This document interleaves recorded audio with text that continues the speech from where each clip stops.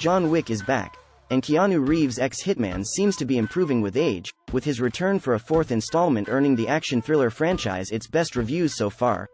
Rotten Tomatoes, which awards scores based on critics' views, awarded John Wick Chapter 4 a very positive 95%. The second and third films both scored 89%, while 2014's original got 86%. The Hollywood Reporter said Chapter 4 outdoes its formidable predecessors in nearly every respect. The film, which comes out on Friday, sees Wick being pursued by global criminal organization The High Table.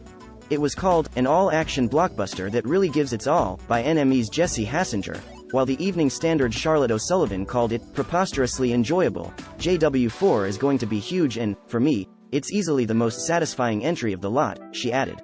Rolling Stone's David Fear said no one could have predicted in 2014 that Wick would revolutionize American action movies, calling the film series deliriously pleasurable. It has established itself as the most reliable film franchise this side of Mission Impossible, he added.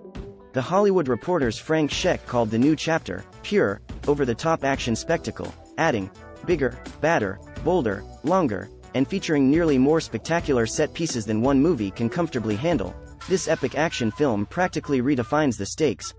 Reeves commits so thoroughly to the role's insane physical demands that he should get an award, if not for acting, then merely surviving. Cool and kind actor was also praised by the Los Angeles Times' Justin Chong, who said, Reeves somehow barrels through the picture with equal parts rampaging force and zen-like cool. Never one to upstage his fellow actors, he succeeds, as few movie stars could, at both drawing and deflecting the camera's attention. Reeves, who has previously starred in hits like the Matrix films, Point Break and Speed, recently told ABC News it was cool and kind for some people to be describing the latest film as one of the greatest action movies of all time.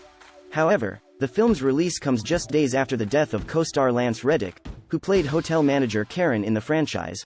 Reeves told Deadline on the red carpet at the film's U.S. premiere on Monday, Lance was a beautiful person, a special artist, a man of grace and dignity, and such a passion for his craft. And to have the chance to work with him over 10 years and 4 films is something that is very special to me, and it sucks he's not here. In his review, USA Today's Brian Trout wrote, the late Lance Reddick, who made everything he was in better, provides wise words yet again as Winston's right-hand concierge Karen. Despite the film's excellent Rotten Tomatoes rating, not all critics liked it. The Guardian's Charles Bramesco called it an overlong and overstuffed action sequel, in the side quest clogged narrative as in the virtuosic fight sequences that far overstay their welcome.